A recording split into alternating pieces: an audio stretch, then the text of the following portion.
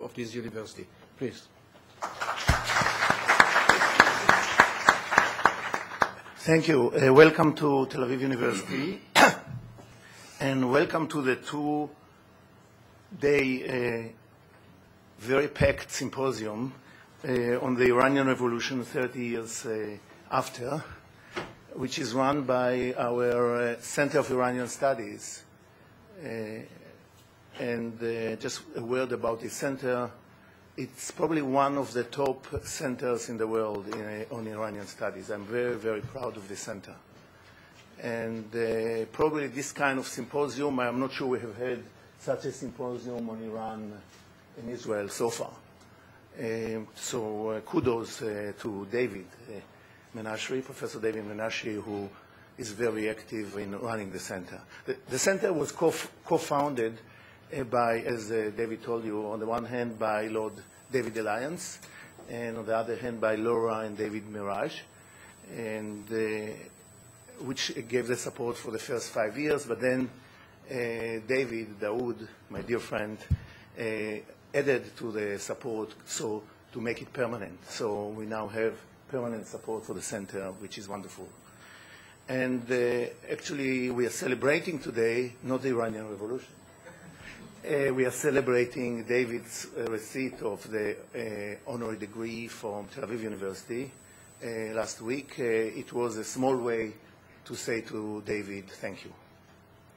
And I'll use this opportunity. And I'll use this opportunity, since I have you as a captive audience, to tell you two anecdotes. Actually, one of them I heard from Itzik Segev, or retired General Yitzhak Segev, who told me the following story. He was the military attaché. The last, as it will turn out. Don't tell them the end. The military attaché in Iran. And like in early 77, Shimon Peres asked him to be the military attaché in Iran. And he wasn't enthused about it. His wife, that wasn't exactly her dream place, though they enjoyed it very much later.